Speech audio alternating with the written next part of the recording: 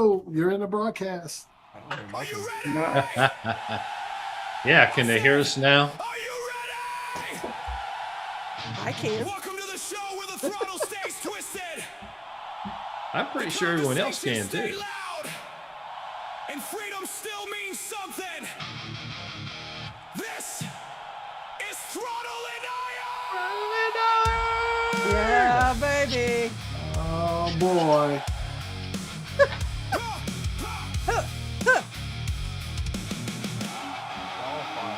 All fired up.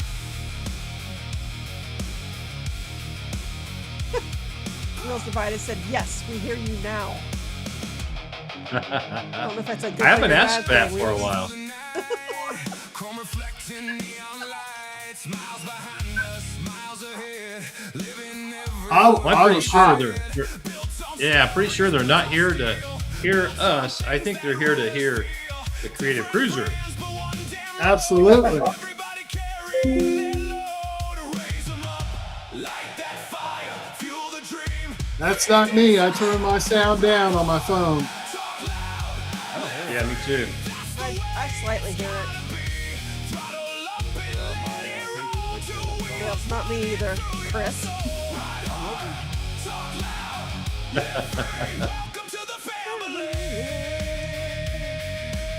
Yeah, I don't have yours any is on sound top. up. I can hear yours. Honey, Wait, I can hear yours. It's on the map or something. oh, it's on the map? Yep. From the people we know. From the mountains to the coast. It's the riders we love Sing this on my head. Honey this time. Oh, it's your computer. Uh-oh. Oh, yeah, you're fired. Uh-huh. Oh, don't fire Connie. You go to the No. sound and turn it off on the keyboard. What'd you have it on for? It automatically does because it's a live channel on there. Oh, I bet it's on the background. Yeah, probably. on the screen. Chris on the mic, keeping things moving. Talking bikes and life and what keeps us cruising. We're building a community, one rider at a time. Thousands of miles, one I guess I can invoke chat on this software plug and see if we get this thing. Alright, let's go on screen chat. Start chat. Alright, let's see. Chat is waiting. Alrighty. Let's go. Nice coughing. That's the way it's gotta be. Alright, looks like we got a few people here. Let's check them out. Let's see who it is. We got Kevin, Indian 116, Jeffrey Maxwell's in the house, Tim Arnold's in the house. Let's see here. We're gonna have a special Wheels Divided. podcast on a Sunday. We're gonna be talking about I think it's what is that place thing? Jack Daniels ride. Yes. Wind Therapy Addict is in the house. Run Seeker Moto is in the house. Thank you for support. Wheels Divided in the house. Thank you for your support. All right. Let's see here. As you guys can see, we got some new members, and we also lost some members. But anyway, we got 6 likes so far, so get them likes going, folks. Oh, looks like Mike Skidmore is in the house. Welcome. Bent Will Podcast is in the house. like Cedar Corey. Key. Yeah, Cedar Key's in the house. Tom Morris is in the house. Man, I'll tell you what, we got a lot of people coming in. Gnar Zeus is in the house. Welcome to. And Rumble and Growl has gave out gift memberships already. Holy smokes, this guy is crazy. We're definitely going to be putting a screen just for his restaurant. We're going to make sure it is advertised. We got some secret. I gotta talk to you guys about something. We got a secret with Riding Fish. We're gonna figure out something. Are we going to Pike's Peak? Oh, I thought we were going to Pike's Peak with him or something. Yeah. All right. Fox Fires in Geneva, Illinois. Go check them out. It's 4.5 plus stars with 1,000 reviews, man. And it's supposed to be one of the best steaks you can get, man. Go check them out. Fox Fire in Geneva, Illinois. All right. This guy supports us much. We're going to support him too. We will definitely have his logo on our page soon. So hold on a second. I got to get Connie fixed. If you guys want to talk a little bit, because she can't. I'm looking. I'm gonna turn her mic off. Good. Turn Oh my god. Oh my gosh. Okay. Connie, Well, Connie Mysterio is gone. And they want to blame it on the high school tech guy that we don't have yet. Oh, bye. Official TNI merch. We've got the hats. We got the Power Club. We got the Flex Fed hat. The 116 Club hat. The 111 Thunder Club hat. So we got all kinds of crap. We got vintage heavyweight T-shirts. Oh my god! So $34.99 for a hat? Really? I think Chris does better at announcing the merch. Go to shop.throttleiron.com. That's where you're going to find all the hats, the tees, the Connie coffee Mysterio's mugs. over there having a fit. I got to. Yeah. She's over there because I said, all you have to do is turn the volume down. That's it. And she gets all upset. Oh my gosh. The TNI merch is going crazy here. What the hell? All right, here we go. Hey, there we go. Finally. All right. Man, I need somebody to be tech here. Anyway, welcome to the podcast. We got the fabulous Christine here, the Aussie. Yeah. She got Bravo. All right. Thank you for having me all the way from down under. G'day, everybody. Mm-hmm. Yeah, good day. Yeah, we've been on here for 45 minutes already. It's been a great talk. Oh my gosh. Just kidding. Anyway, everybody, welcome to the podcast, and we're going to be discussing Route 66 because she came here on overseas. She didn't bring her bike. I did put that in the post at the beginning. Then I was like, oh, you know what? She's right. She did not bring it. We only rode with her 2 days, I think maybe 3 days. And man, you've had a freaking massive trip. I don't understand. I mean, I watched most of your videos. You was in sand. I mean, you almost drowned. I mean, everything. So, Evil Rick, welcome to the podcast. SCI up, welcome to the podcast. But yeah, it's going to be an interesting thing. If anybody knows Christine and watched her videos, she's pretty wild. And then we might just hide. We just hide all our screens and just put her at the top. Yeah. But Saying that we're scared, that is the absolute truth. We are. We're very frightened. You just never know. Just never know. Yeah, you know, yeah. So thank you for having me, everybody. I mean, it's great to be back, and I've got loads of stuff to share with everybody. And yeah, we can talk about Route 66 and all the trouble I got into and the beautiful bikes that I rode. And I do have a day job, everyone. I'm actually at work today in an office because while I am a social media whore, I actually don't earn the money that whores earn on that platform. So I need to still work.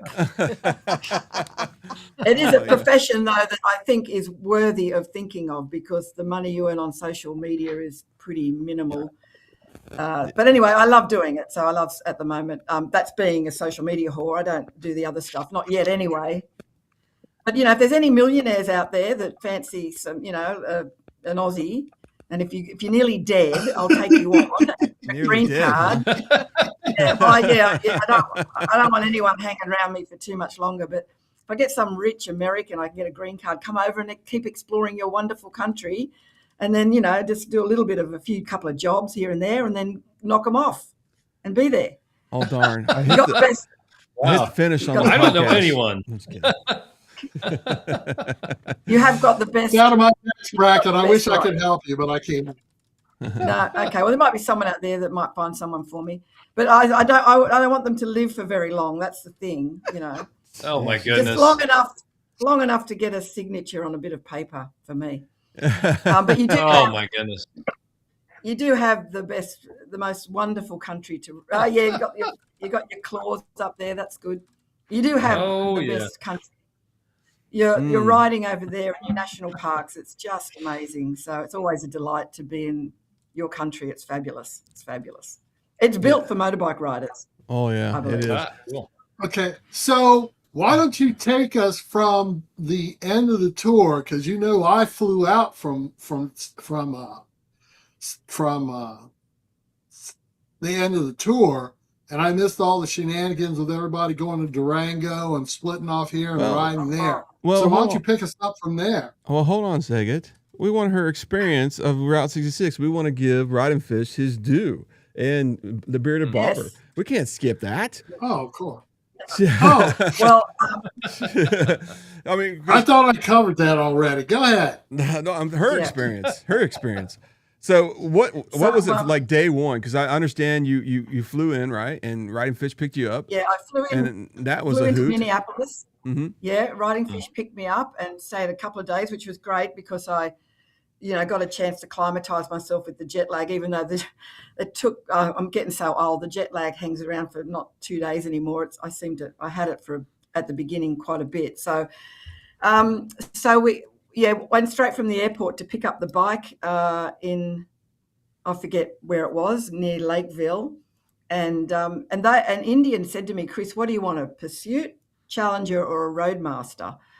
And I said, "Oh, well, I'll take the Roadmaster for a number of reasons. I have a Roadmaster, so I'm used to it, and I'm also not that au fait with the fixed fairing, so I wanted something that I was fairly comfortable with. But of course, when I rocked up to jump on the Roadmaster, it's nothing like the Roadmaster I have. I have one of the old ones. It's a Power Plus. Damn right. Performance. Yeah. Bah! And, Thunderstrokes forever. yeah, Thank I'm you, with Mr. you. Tim I like Arnold. the Thunderstrokes, and I'm lower, and it's a much sort of sturdy. So this weapon of a machine was a little bit intimidating. I did struggle with it at times. Times I hated it. Times I loved it. It was a bit tall for me, and because it holds an extra gallon in the tank, it was a little bit more top heavy than I'm used to. I was tippy-toeing for much of it. It's very responsive. It's like you just got to look at the throttle and she'd cut. At one point, I nearly did a mono. It was that, boom. So it took me a little while. It was a bit scary, but anyway, we got on it. Fish led me to the hotel that I booked just down the road. And then we had a little thing at Lakeville in the morning, a couple of days later. And then I thought, well, I had the afternoon free. So I thought, I've got to fall in love with this bike because I'm on it for the next 6 weeks.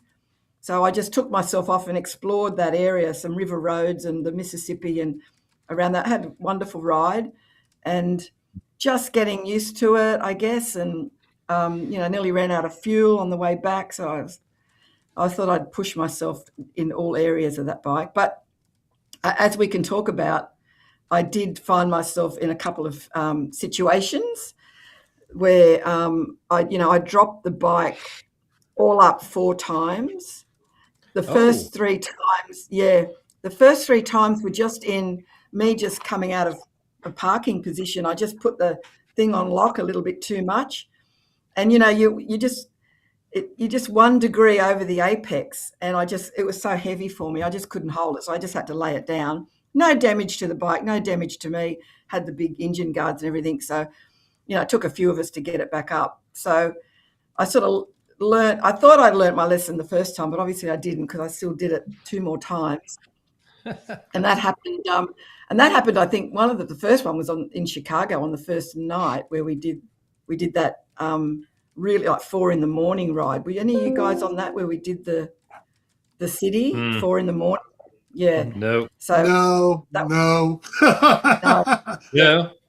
No, because So if was you're the out riding first around time. at 4 a.m, you're probably going to drop your bike. Yeah. It was. I was just You're at the car asleep. park waiting to go, and it just, as I said, I just turned the lock a bit too hard, and down she came. And then the other 2 times were similar situations, just either leaving a car parking spot, and once just pulling in. I don't know what I did. My footing was just a little bit uneven, and again, I just couldn't hold it because it was heavy. Now I ride heavy bikes, but they're lower, and I find myself a little bit more in control when it's lower. Sure, I can't hold them if they go way over, but I found with the Power Plus, because of the tank being a bit more top heavy, it didn't take much over the apex for me to lose it. And then, of course, there's the infamous one of me in the Joshua Tree National Park, where so the story behind that one is, I don't know if anyone knows, but I have written this children's book. And before I came to America, I did a week in Japan. And the book is The Telephone of the Wind. It's based on true events when the tsunami hit Japan in 2011. And it's the way that the Japanese, in particular, their Buddhist belief system deals with grief and loss and things like that. So there was in the north of Japan, there's a telephone booth on a hill that a gentleman put up there because he lost his cousin. And their belief system is that they feel that when people pass away, their spirit goes up and it lives in like a limbo, and they won't go to the next level until they know that all the family and friends are getting on with life and are happy. So just to cut a small story short, this book is about a young boy who lost his dad and convinced his family to visit this telephone, because what they'd do, they'd pick it up. It wasn't plugged in or anything. And they would just talk to their father and say, everything's going well, I'm doing well at school, blah, blah, blah. So he could be happy and look after the others' lives that were lost in the tsunami. And the family, it forces them to get on with their life and deal with grief in a certain way. And that explains a lot about why the Japanese culture is quite stoic. You sort of don't often see a lot of emotion coming from the Japanese culture because they keep a face, they keep a brave face. And they, in a lot of respects, that's come from their belief system of upholding a brave outlook and a brave face for anyone that they've lost so they can move on. Anyway, so I'm in the Joshua Tree, and actually Bearded Bobber's wife said to me, Chris, do you know that there is a wind telephone in the Joshua Tree National Park? I went, oh, I've got a spare book, because what I did in Japan, I found this thing and I gifted the book to the telephone booth, and I gifted a book to the owner of the property. So I said, I have one more book with me. I couldn't carry many. I said, I'm going to do the same at the Joshua Tree. I will gift a book and leave a little note, and it's there for people to look at. And so I found it on the map. I went to the visitor centre and I said, I'm here, I want to find the wind telephone. And they'd never heard of it. So it was a great session because they were saying, God, we're learning something about our own area from an Australian that's visiting, and we found it on the map. And I said, well, that looks fine, those roads. I said, I came in that way, but I noticed those roads were dirt roads. I said, I'm on a big bike. You know, it's a little bit of a job for me to manage. I don't want anything too tricky. They go, no, it's solid. I said, if it's solid dirt, I'm fine. It's solid all the way. So I get on and I'm in about 100 metres into that road, and it was solid. And then it turned to about a foot of sand. And I don't know if anyone's tried to ride those bikes in sand. And I'm fishtailing along, and I just knew it's going to go down. And for the first time ever, I had my cameras rolling. I don't normally have that rolling when I drop bikes. So, and this is how desperate we are for content. When I laid it down, I slow motioned it all in the video. People can see it. I did such a graceful dismount. I looked like a bit of a ballerina, actually, very ladylike. And the first thing I thought of when I got up, I go, oh my God, I got all that on camera. How fantastic. But then I had to think, well, holy shit, I'm in the middle of nowhere. It's 110 degrees. I looked around, there was nothing about. I think I saw a house up in the hill. So I left the bike half buried in the sand and walked to these homes, and the majority of them were empty. They were like Airbnb homes. But I saw one they were about a mile away. I saw one with a car in the drive. So I went and knocked on the door, and it was, we've lost Max. Yeah, Max. Anyway. Yeah. Your I lights don't know out? what happened. Can you hear me? Yep. Yeah, we can hear you. Yep, we can hear you. Just can't see you, buddy. Yeah. Okay. I don't know what happened to my camera. Oh, well, let me log out and come back in. Go ahead, Christine. I'll be right back. Okay, I'll keep going. Yeah. And I knocked on the door, and it was it was a Chinese gentleman and his daughter that were visiting. They couldn't speak any English. Anyway, I somehow, with sign language and everything, convinced them that I wasn't an axe murderer coming to kill them. That, a mile down the road, I dropped my bike and finally got it through, and they drove me back to the bike. And on the way back, I saw a delivery driver was parked there, and he's looking around thinking, who the hell owns this big, massive bike? And there, Max is back. Anyway, I'm yelling out the window, don't go any, stay where you are, that's my bike. And between the delivery driver, the father and his daughter, and they're tiny people, and myself, we managed to dig the bike out of the sand and push it back to the solid track. And then I got out of there. I gave the book to the daughter in the end. I go, and she goes, I'm sure she didn't know what was happening. I go, Wow. take this bloody book because I'm not going to find this wind telephone. So that was the fourth and final drop I did of the bike, and that was the most dramatic one that I did in the sand. And you can see it on my pages and Instagram. There's little reels of it. It's very, it's a beautiful dismount. I've had many compliments at just how I managed that.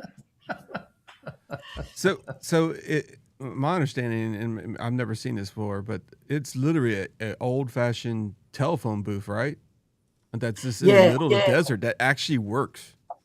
No, it doesn't work. They don't work. It's okay. No, the one in Japan, I think, was one of the ones that started it, and a lot of people got onto it. So people that have lost someone.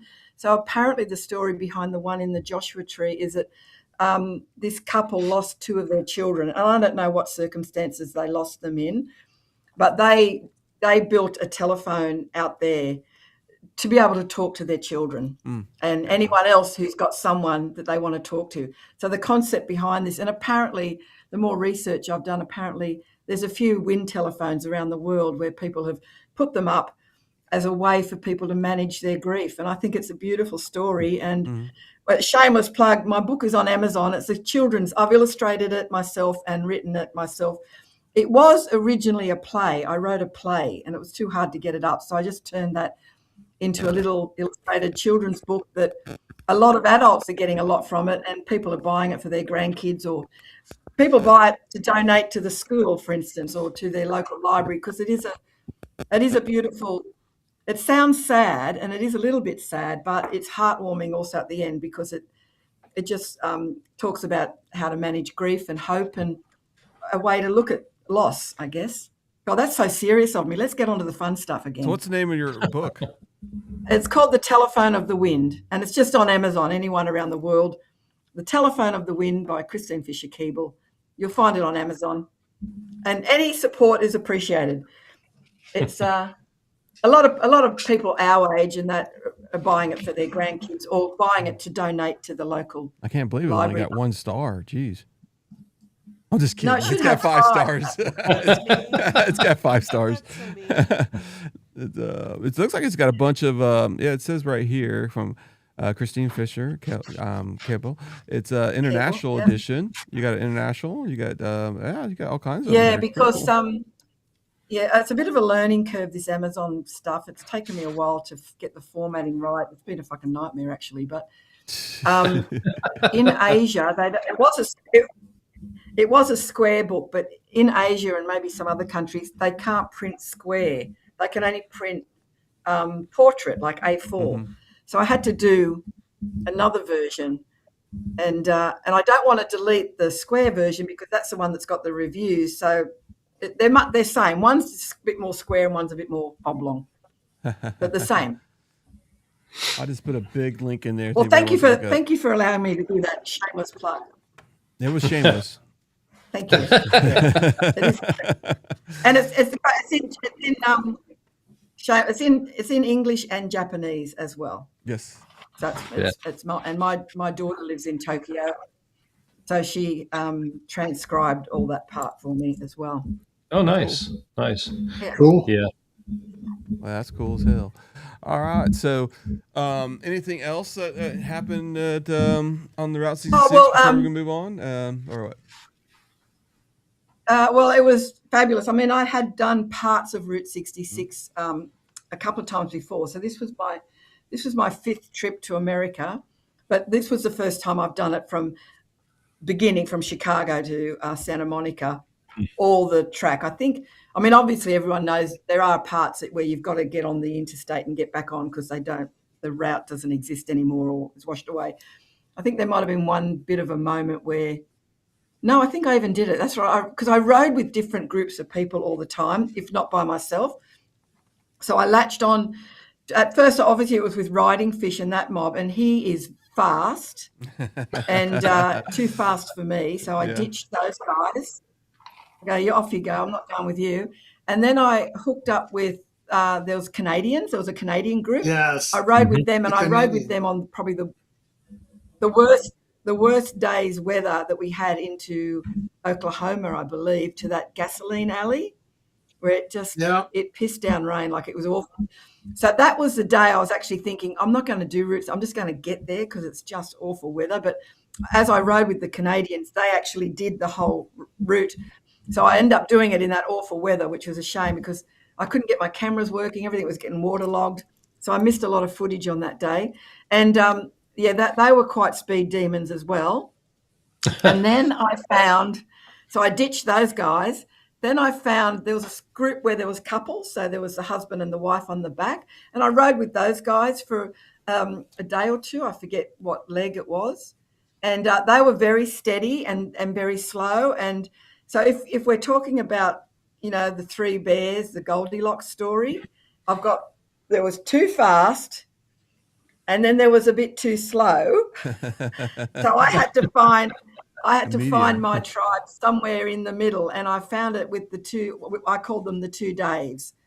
They were fantastic. They had the special app that you download, and they were perfect for me. They rode at the right speed for me. They stopped at every point that was of interest.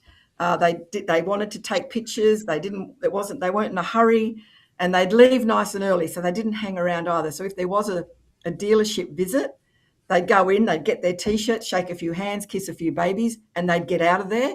And that sort of shit suits me as well. I just didn't want to hang around all morning when I felt like I wanted to get going, because I also like to get in at a reasonable time because, as some of you may all know, I film all day, but I edit all night and I upload on the day. So you're as close to real time on my adventures as you can be. So I like to get in by about 3 or 4, start downloading the footage, grab a bite to eat and have a drink, and then get back to my room and spend the next 4 hours editing and then upload to YouTube. Because people most of my followers know that I do that, so they're all waiting for that what happened today sort of stuff. In fact, I have saved marriages. I know this for a fact because when I did the Europe trip, I couldn't get Wi-Fi. I was somewhere in the middle of nowhere. And so I didn't upload that day's footage. And I wake up to this message from this guy and he says, Chris, one, are you okay? And if you're okay, why haven't you uploaded your episode? Because I get home from work, I have dinner with my wife, we hardly say a word to each other. I get a beer, she gets a wine, we go into the lounge room and we put your episode on for that day. And that's the only thing we share. So if there's no episode, I've got fucking nothing to talk to this woman about, and I need you to upload it. Oh, Jesus. Oh, my God. Did you ever think about just becoming a stand-up comedian? I mean, seriously, I think you could do a good job. You might be one of the most popular ones. You're pretty darn good. You are pretty funny. Those jokes, yeah. Well, I think it's that Aussie larrikin humour. I think I've just inherited. I have that in my DNA. Well, I don't know if it's like jokes. It's just like stories that are funny as hell, and the way you do them. Oh, yeah. It's freaking awesome. So I found the two Daves and I rode with them for a number of days, and then we were coming into Oatman. Mm-hmm. And what a fabulous, an amazing ride that was. And I'm loving the bike. Don't get me, I'm loving it. But the trickier, more technical the ride is, the more focused I've got to be, because it's great. It was wonderful. And the donkeys. Anyway, the 2 days said, we're just going down a bit further because there's restrooms down there. I go, no worries. And at the same time, riding fish. And I think some of the Canadians, anyway, the fast ones that I dumped ages ago, they turn up and I'm just chatting to them. And they go. And so I roll down the hill to find the 2 Daves, and I can't find them. They're gone. So I'm then looking around thinking, oh, fuck, I'm on my own. So I decided, I knew what the next stop was. I had no reception, so I had no maps or anything. So I thought, okay, I'm just going to follow the signs, and hopefully I'll find my way to the next stop or get reception so I can log in and see where everyone's going to meet. Anyway, I don't know what the friggin' hell I did, but you come to that fork in the road. What do they say? Always take the left. Is that what they say? Always take the fucking left. But what did I do? I took the right. And I ended up, I don't know where the fuck I ended up. Navajo country, some desert, over some mountains, in the middle of nowhere, like nobody's about. And I've got no reception. It's 110 degrees. And I don't know where the frigate hell we're going. But what it gets worse, so I'm looking at my fuel gauge. I'm thinking, oh, shit, that's getting low. Anyway, the light had come on. The middle of, I'm thinking, I'm really shitting myself at this stage. And I see a bike rider coming ahead of me, and I stop the bike and I'm waving him to stop. I mean, I just wanted to know a couple of things. Am I anywhere near a fuel stop? Where the fuck am I? And if it's not far, could you at least follow me if in case I do break down? But anyway, he was a guy on some chopper Harley Davidson thing. I think he was off his tree. He was either stoned or mental or an escaped convict. And he just pulls up. He looks at me, and I think because of my accent too, he probably think, "What the hell? What?" And I'm going. He said, blah, blah, blah, blah. And he just sort of looked at me and took off. He just said, "No, don't know," and took off. I think he was more scared than you guys are of this podcast. He just bolted. Anyway, I kept going, and I saw like big industrial stuff up ahead, and I figured, oh shit, there's got to be something there. And I went up, and I found it was a big diner. God, I'm forgetting all the areas. It's a big diner that was there in the middle of nowhere. And all the Indian riders were there on one side, and underneath where the shop is, and there's fuel bowsers there. But the fuel bowsers looked old and rusty. They looked like they were just ornamental ones, like just as part of a show. And just before I got there, I saw all these Harley Davidsons, like this big tour group from Eagle Rider. You know, they hire all these bikes, pulled in under the shade. And I'm going on fumes at this point. I sort of roll in, and these guys help push the bike. I go, are these bowsers actually functional? Are they working? And one bloke said, no, they're just like old time Americana shit. And I go, oh, for fuck's sake! And then I'm going to have to find fuel. Anyway, someone then said, no, that one at the end, there's one that works. So I go up there, it's all locked up. So I go into the shop, and there's this one guy behind the desk. And I said, mate, I'm out of fuel. Can you unlock the thing for me? He goes, no, I've got to do it. I went, oh, okay. But he had a lineup of people buying merchandise, T-shirts, friggin' ice creams, drinks, because it was so hot. The lineup went out the door. He says, you're going to have to wait for me to serve all these people. I go, oh, shit, really? So I'm looking at all these. So the line gets right down, and I'm looking at him with these puppy dog eyes saying, please, for the love of God, come and give me some fuel. And mind you, the fuel, I think, must have been $10 a gallon, and I would have paid $20 because I was desperate. And by this stage, the Indian riders have packed up and gone, and I've got all these bloody Harley riders. And then I was just about to get this guy to leave behind the counter to come and give me fuel. And then someone bloody walks in to buy an ice cream, and I look at him, I go, for fuck's sake, mate, just wait for your ice cream. The fuel is more important than an ice cream. Anyway, $50 later, I get some fuel, and as it turns out, I'm only maybe 12 miles from a major service station and the whole thing. And I get there, and I see the other Indian riders fueling up, because obviously they gave up at that place. And anyway, I decided to keep travelling on my own at that point. I go, stuff you Daves, you left me. Mind you, I caught up with them again, and they were so apologetic. And they still, to this day, I get the odd, if I post something about the trip, they go, we are so sorry. They thought I'd ridden off with Riding Fish and the others, and Riding Fish thought I was with the Daves. So, but that's okay, because I am a solo rider, so it just put me to the test a bit. And I do enjoy being out there on my own. It was just, I was a bit scared because I had no phone reception or no fuel. And, I could have, an axe murderer may have come along, or You would have killed them. What was the hitchhiker Right. in Australia, right? Yeah. Yeah. The hitchhiker Yeah. or something like that in Australia. The Well, serial killer? yeah, we have. Uh-huh. Yeah, there's a movie called Wolf Creek. Oh yeah, which Wolf is, Creek. Yeah, that's a Which scary is movie. it's sort of loosely based on this guy out here that did that.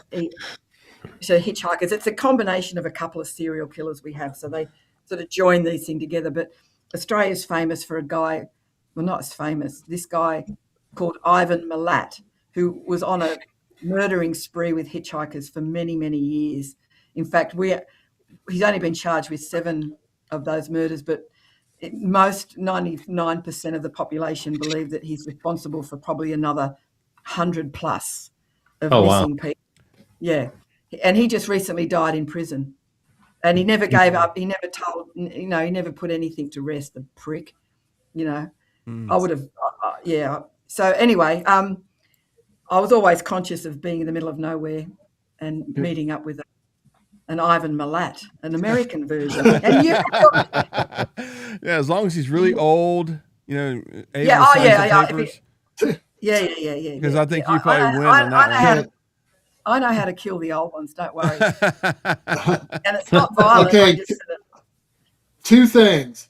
Number 1, keep in mind 8:29 before the first F-bomb. 8:29. I think we violated that. Yeah, I think I counted it. There's like 110 right now. Yeah. Okay, Number 2, Chris. Chris, I knew exactly where you were. I had lost track of you because I was the only one still on the trip out of the 3 of us. I was the only one still on the trip at that point. Yeah. But I know where you're talking about, in the middle of the damn desert with all these Russian-speaking Harley riders who wanted ice cream. It was insane. I know. That's the place. Yeah. Yeah, it's like, I wanted to stab them. It's like I walked in that store, I saw these people, and I'd immediately turn around and walk right back out. Yeah. I would rather stay and got sunstroke than sit there and listen to them talk about Russian. Yeah, exactly. Talk exactly in right. Russian. It was insanity. Yeah, I know. And I would have done it was by Joshua overnight. Tree. Yeah, it was by Joshua Tree. And it was outside of Oatman. I'd left Oatman. That's when I'd lost Yes, everybody. it's the other side of Whatever Oatman. Yes. Yeah, before the Joshua Tree. Because it was after that I went to the Joshua Tree. Yeah. And I continued my little adventures on my own and, in sand and all that sort of stuff. I don't want to mention the name, but did you ever go to the largest, gas station in the United States? Did you go to the Buc-ee's? Yeah, I did. And I went there because of the Daves. The Daves, I called them Dave 1 and Dave 2. Dave 1 said, "You've got to go to a Buc-ee's. It is bloody amazing. It's out of this world. We don't see anything like this in Australia, but there was like 100 odd Bowsers for a start.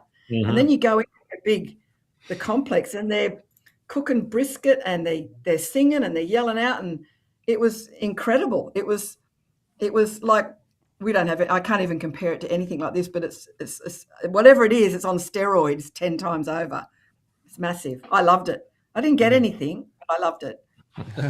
You didn't get a shirt? No, I just couldn't fit shit in, like I'm one of these people that don't buy T-shirts and stuff because I'm just traveling and I'm I've got a little bag and I mean I am wearing a T-shirt now, part of my event which we can talk about, that's coming up in November, which I'd love to see you guys at, but I know we're such a long way away. With all that that whore money you're making, you might be able to. Yeah, that's it. I could sponsor Throttle and Iron, sponsored by the Australian whore. Australian. Oh my God! Oh my goodness! My goodness!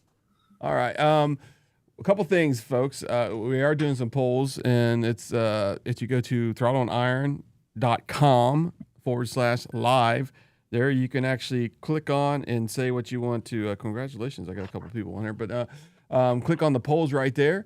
And as you can see right now, we got where should she ride next in America? And most people said Tell the Dragon so far. We got 3 votes in. And then Blue Ridge Parkway would be pretty close there, so that'd be a 1-day ride, right there. That'd be awesome. I've done them all. Oh, you've done them I've all. Ridden, yeah. I reckon I've ridden probably more of America than a lot of Americans. So remember, I've had 5 trips to the States. Okay.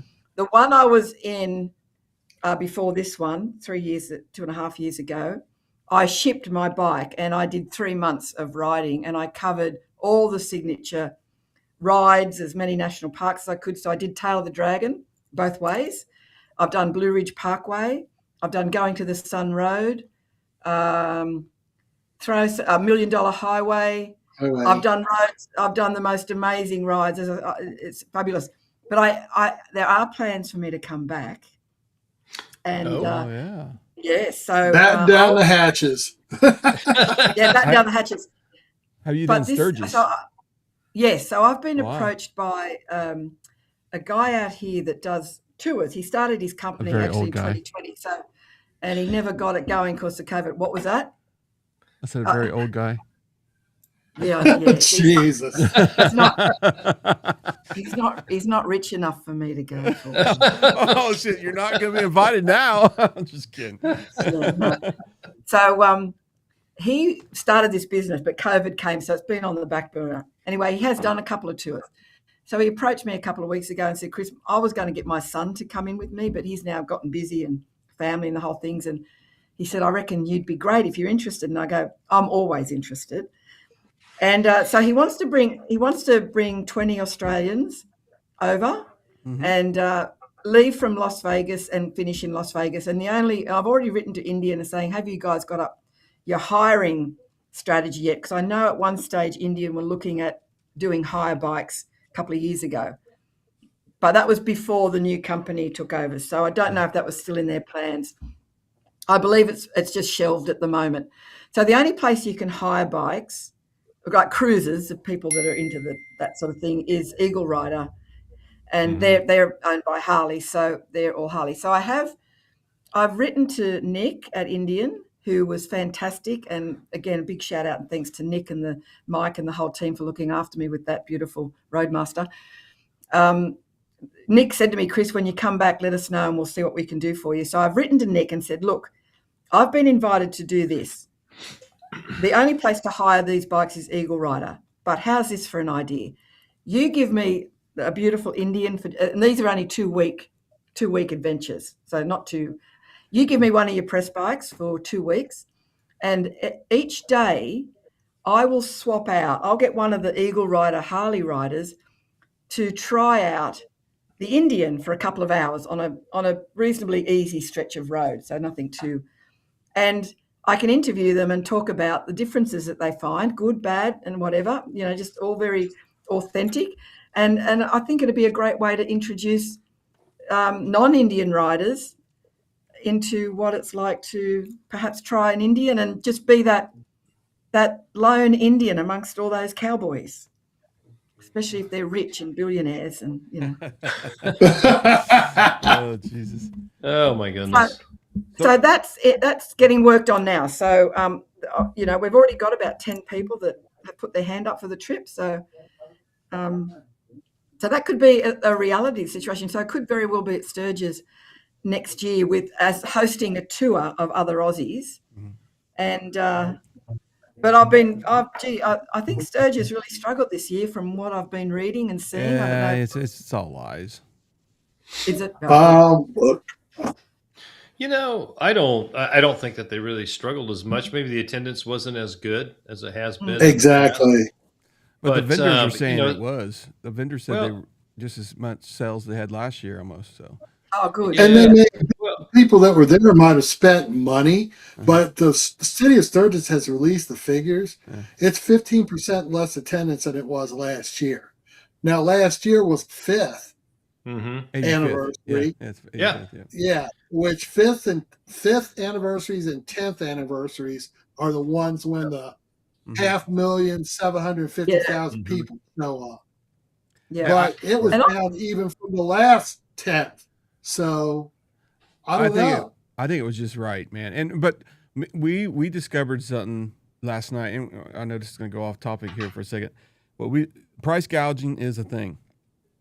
a lot of Of course places that it you can, is. a lot of places you can already get some of these places, or rent them right now, and they're already in the $6,000 when they Yeah. were 4,000 3 years ago. So Yeah. Yeah. and Yeah. it's yeah, go ahead. I looked at a place that we stayed at in 2024. It was $5,000, but you can get 12 people in this thing, right? When I looked at it for Sturgis next year, it's $6,849 before tax and fees. By the time you put everything on, it's over $7,000 Yeah. for the week, Saturday to Saturday. It's crazy. Yeah, it's crazy. Yeah.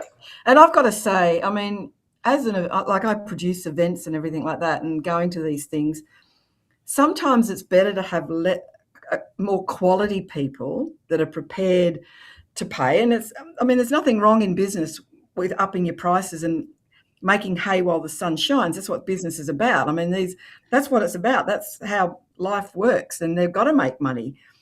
And I just recently did a conference, and the numbers were down like Sturgis, but the quality of attendees was much better. They weren't tire kickers; they were actually purchasing and getting involved. And just hearing that Indians sold just as many bikes is sort of like proving the point, really. Mm-hmm.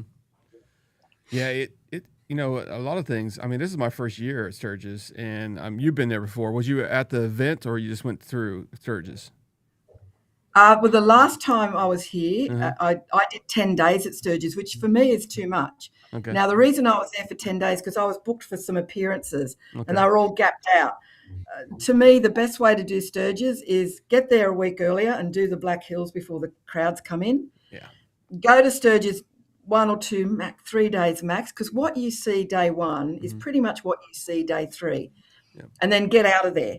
Now, I'm also not a night party person that goes to watch the bands and things. So Leonard Skinner and all those, metalheads and whatever they have on at night, doesn't interest me. I'm not interested in bars where the girls have got their tits out and they're doing all that sort of shit. That's not my scene. You see enough in the street during the day, and I love seeing it, but I've seen it. It's like been there, done that. So my advice to anyone doing Sturgis would be get there before the crowds, and because the riding around the Black Hills, it's magnificent. Like that's what to me is the highlight of Sturgis is all those signature rides. Go to the festival, a couple of days, so you get the vibe, you get the idea of what it's about. You buy your trinkets and your shit, and then get on out of there and start making your way to the next wonderful national park or road and stuff. I mean, when we get to the point, I'm going to tell you the best road I've ever ridden on. Could be America, but certainly that last trip, the best ride I did was astounding. Yeah, Do you want me to talk now? People were asking. Well, let me break in here for a second. All right, folks, if you're new to the podcast, you know what to do. Hit the bell icon. Also subscribe. Also like this podcast so it gets it up into the algorithm, all that good stuff. Now, to talk about Sturgis, one more thing. I think for my first trip there, I think it was perfect. I mean, it literally was. It wasn't. You were able to get through town pretty easy. Yes, there were 1,000 bikes in the center. Indian and Harley were packed out. That kind of stuff. When we went to Full Throttle, it was freaking packed. I mean, there was a lot of people there. I thought it was like normal kind of routine thing. But on our way there on Saturday, and I mentioned this a couple times to Les, holy cow, there were so many bikes riding out. Like the first week is becoming really popular.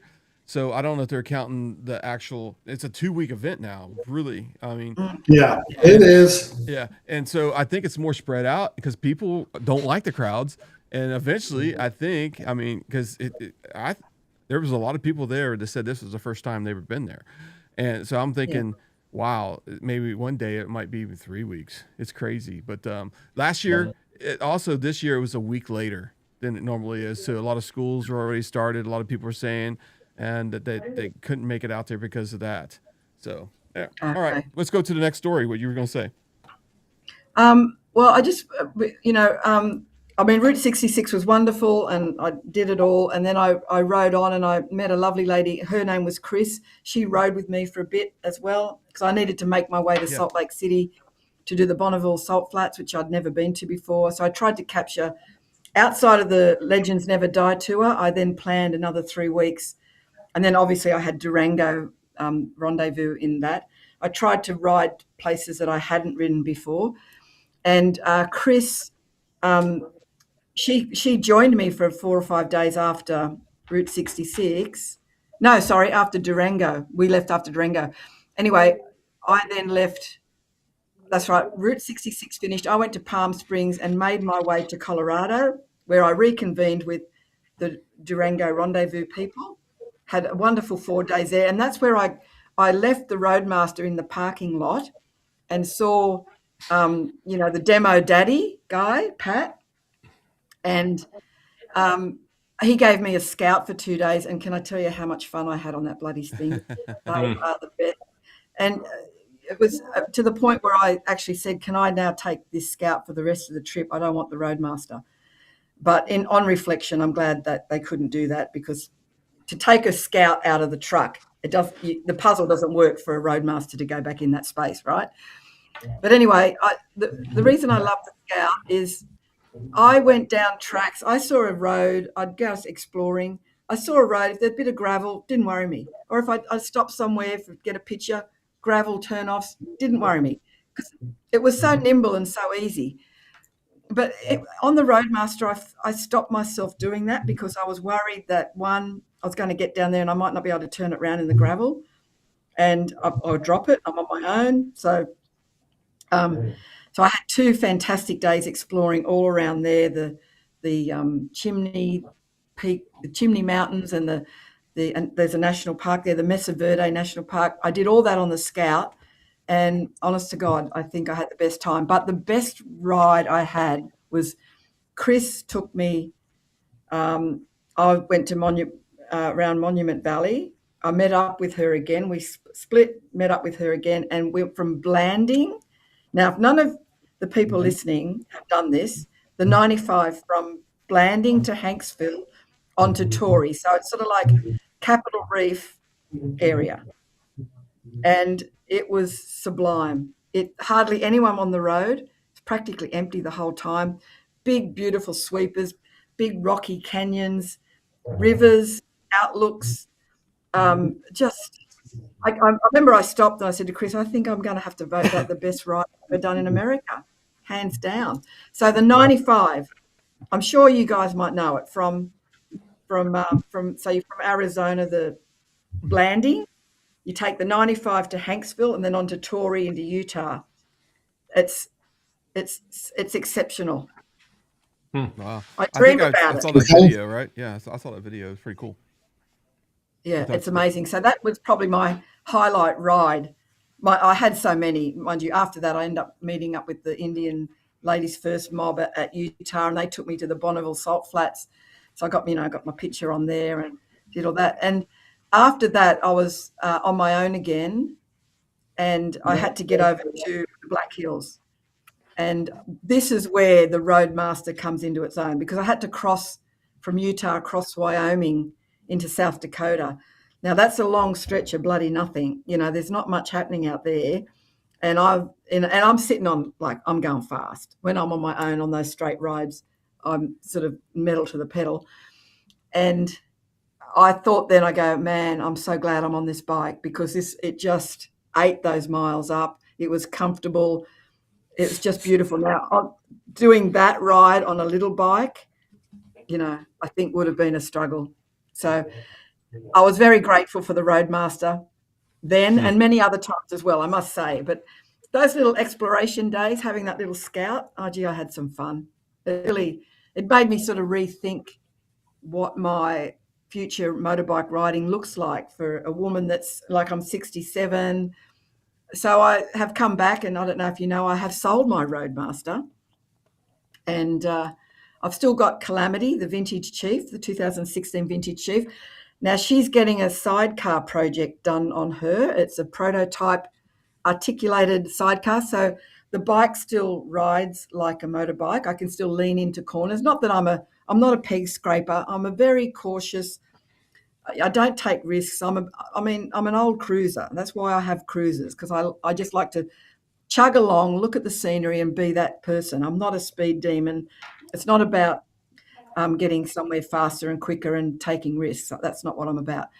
So this sidecar project, and it's been christened Sideshow Bob, is being built right now, and I pick them up in about 4 weeks, and then I will be practicing on that and seeing what it's like. But that's the reason I've done that is because Calamity has become a show bike now, and she's getting booked for festivals, motorbike festivals, and steampunk festivals and other things. Because I go there, I set up, I tell stories, and it's the whole thing with the bike and everything. So I figured, why not just make her even more crazy? So let's add a sidecar. Let me steampunk it up. It's a combination of Mad Max, dead animals flying off it, crazy. It's going to look wild. I did send you a picture. I'm getting it right now. Yeah, and that will be unveiled in about 4 weeks at a steampunk festival. I just hope it all works, because it's the gentleman that's engineering it has done many of these articulated things, but this is the first time he's worked on a big cruiser. So there's some alterations and stuff that he's doing to create this prototype, because he actually wants to do it. There we go. That's my inspiration there. There's a lot of friggin' copper bolts to be purchased. I know that. But I just think it's going to add another element to my adventures as well. You know, like, can you picture in there some old billionaire just sitting in there, and I go around the corners, and I might be lucky enough where he has a heart attack in the middle of the ride, and I can dig a hole, bury him, get him to sign that bit of paper before he has to sign a waiver before he gets in.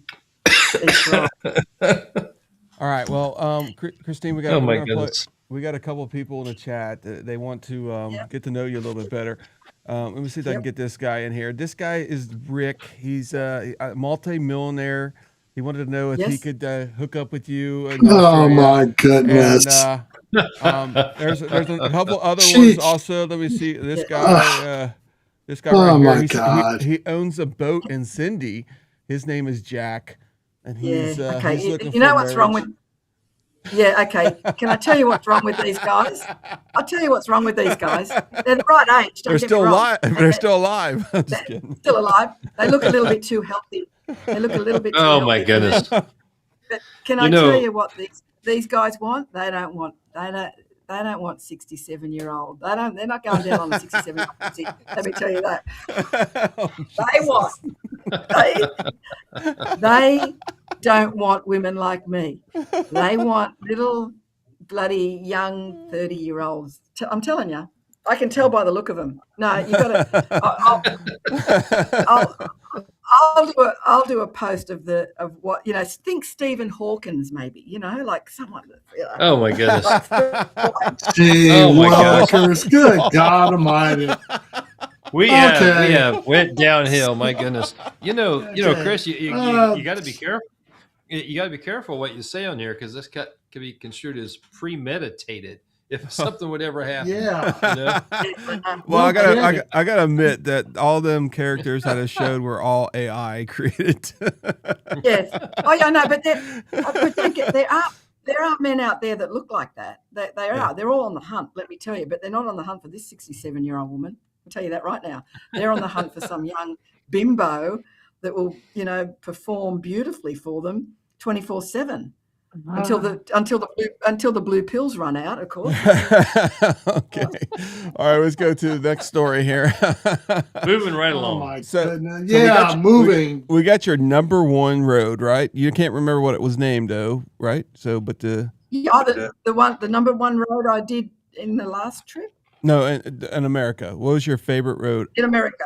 Yeah. Well, the last trip was that 95 from. Blanding to Hanksville to Torrey into Utah, from the Monument Valley area. That's Arizona and stuff like that.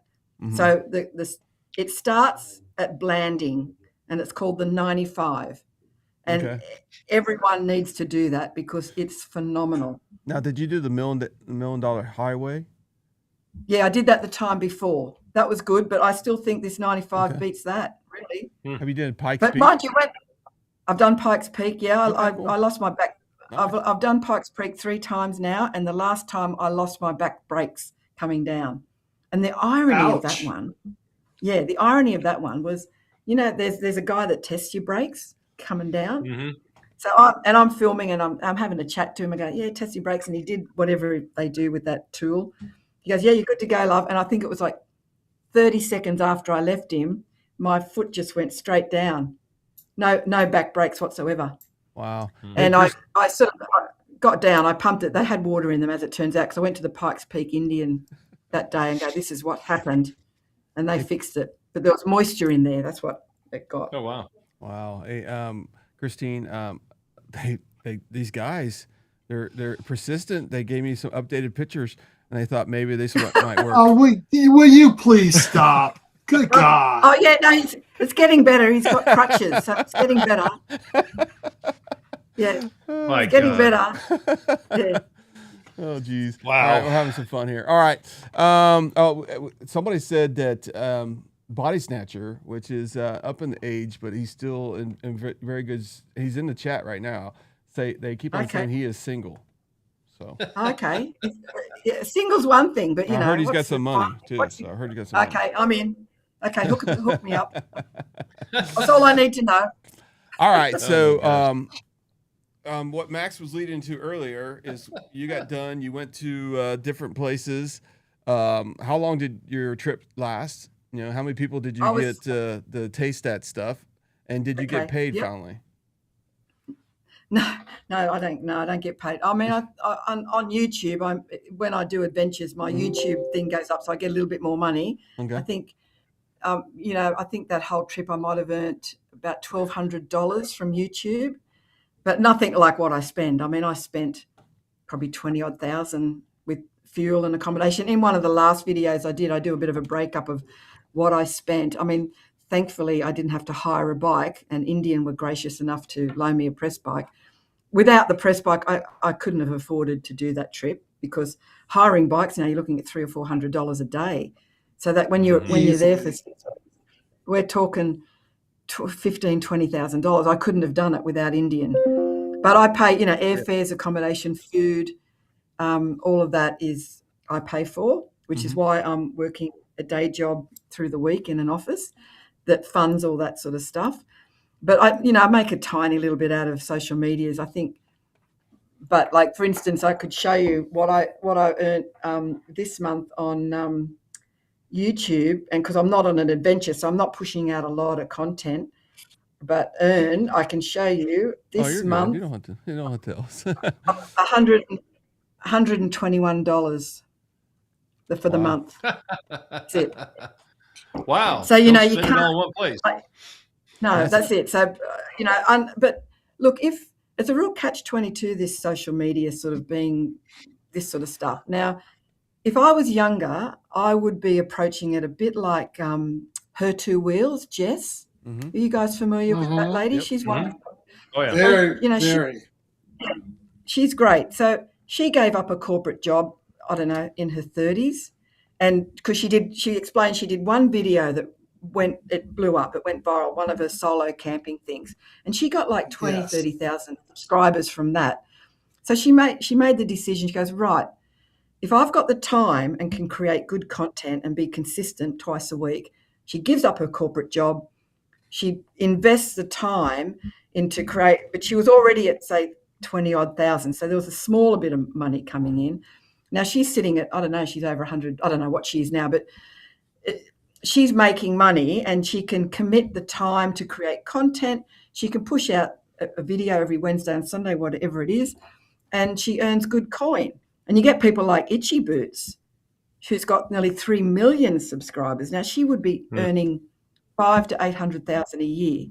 Now, when you can earn that sort of money, you're freed up. That's your sole focus in life, is to create content and earn money. So I'm at that awkward situation where, being in Australia, we don't have a population over here, anything like America. So it's very difficult to grow subscribers because my initial audience is small. And I'm not even at 10,000 subscribers. So what I make is chicken feed. But I can't take the risk at my age, looking after the people that I look after, is to give up my day job and commit 6 months of full-time content creating to try and grow it to a point that it might earn me a bit of coin. It's too much of a risk, and I don't have the time, and I don't know if the future is with old Sheilas like myself. I mean, I don't know how much people find my stuff interesting. You know, my stuff is like a vlog diary. I just talk about the day that goes on and who I meet and the places I go to and what adventures all my stuff. There's one thing I try and get out of the stuff that I put up is what is someone going to learn from this video? What's one thing that you can learn? If it's something about an Australian animal, is it something about this road or this town, or this is where Ivan Milat killed someone, or this is where Chris lost her virginity, which is, by the way, is on the 10th hole of the Leonay golf course when I was, I don't know that I was even 16 at the time. Anyway, so Oh my goodness. I just want out of my stuff, if there's one thing you can learn, then I feel my job's done. I just want people to discover stuff with me. And I like every adventure I go on, I want to learn something. So I go out of my way to ask questions, to meet people, to Google search what went on in this town. You know, one day I'll take a trip to I'm thinking of my some follow-up hometown. questions. One day I will never go golfing again. Ever. It's that guy, I was saying that guy must have scored a hole in one.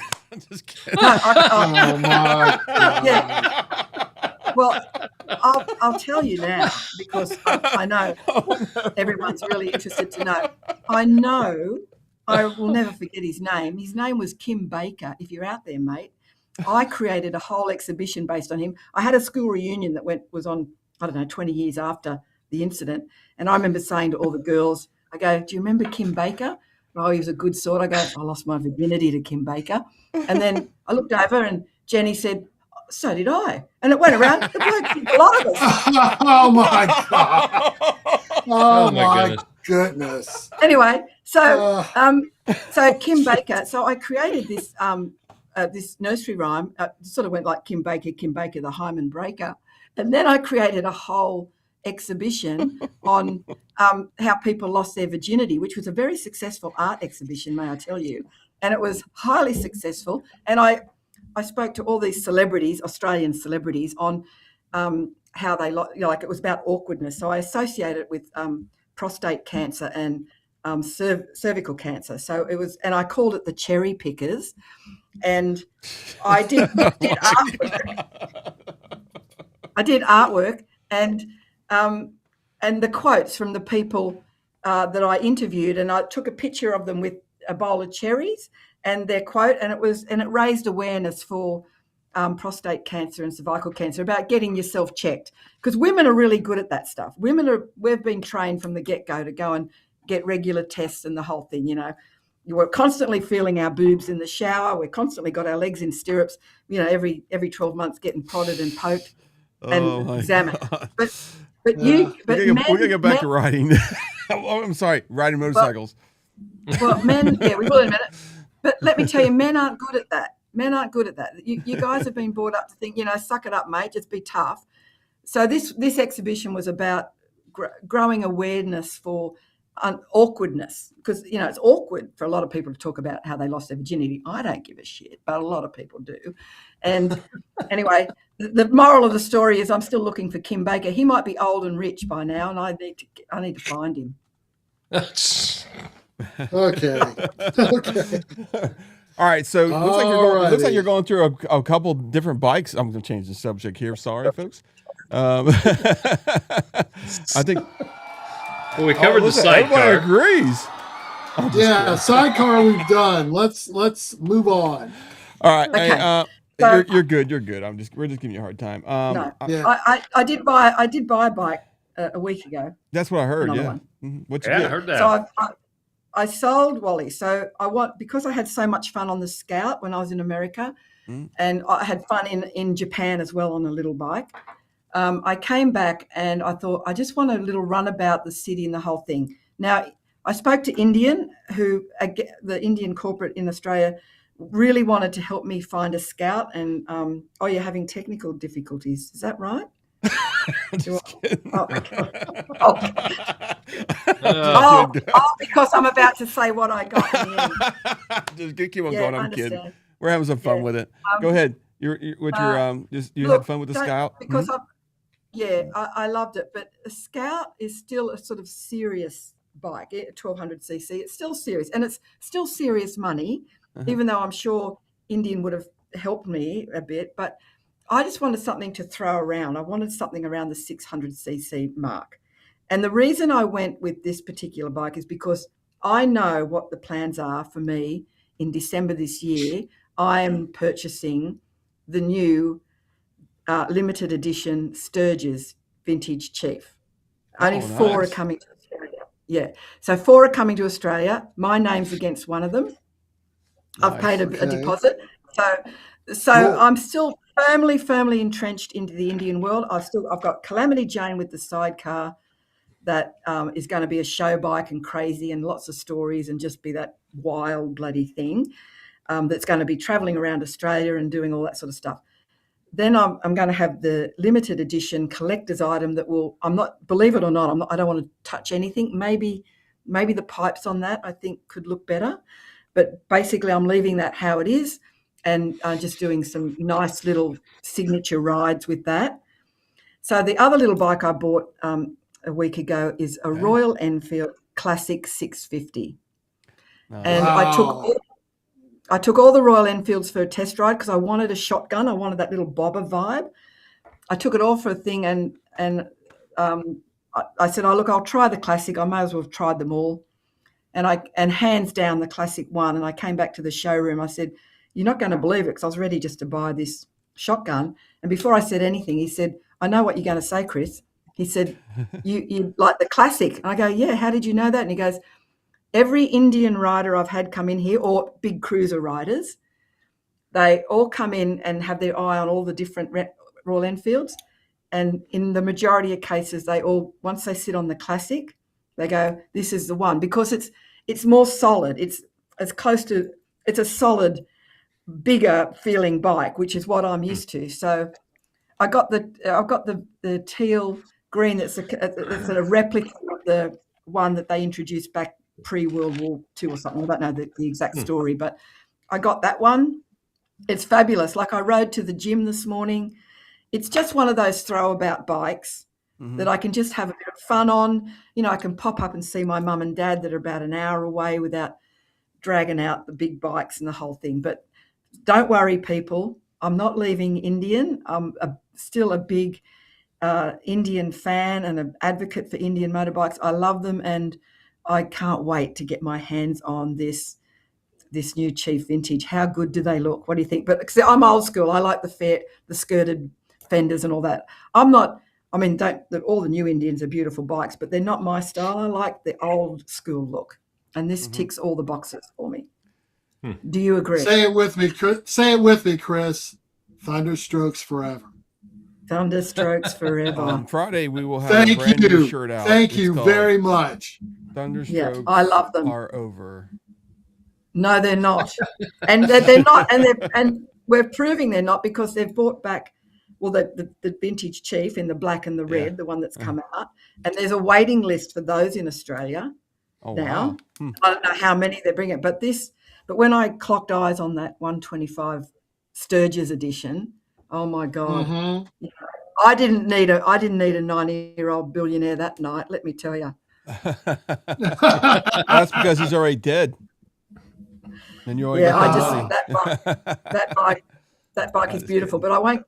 It's not till December, I think, that they come out here. But we're only getting 4 in Australia and 1 in New Zealand, I think. Wow. So speaking of New Zealand, do you want to hear what the next adventure might be for me? What is it? I'm heading to the Great tell. South Island of New Zealand in February. I'm going to be going to the Burt Munro Challenge and doing some appearances and rides there. We're currently looking at what it's involved with shipping my bike to the South Island of New Zealand, because there's some IMRG groups there that want to meet up. And so if Indian have got some containers going over and they can fit Calamity Jane and Sideshow Bob in, I'll ship the bike over. but it's oddly enough, it's more hassle to ship from Australia to New Zealand than it is from Australia to US. Wow. So Wow. it's almost like, it's almost like 7 weeks. I've got to have it in the freight company, 7 to 8 weeks that it's gone. Max I knows need about 7 that. or 8 weeks to get it back. And it's a bit of a nightmare. So that may not happen, but I'm still going to go, and I will pick up. You know what? I'll probably look for a Scout sports Scout. It's got the bags and a bit of a windscreen, and that's if I can get hold of one of those, I will be doing 2 weeks in the South Island of New Zealand, incorporating the Burt Munro Challenge. So that's my next overseas adventure. Thought I'd say that while I mentioned it. Yeah, looking forward to that. That's February. Wow. That's awesome. I would love to go to New Zealand. I mean, that'd be freaking awesome. Beautiful. I've ridden the North Island, but not the South. And the South is the one that is, they say, is just that little bit notch higher than the North. You know, the South Island is quite spectacular.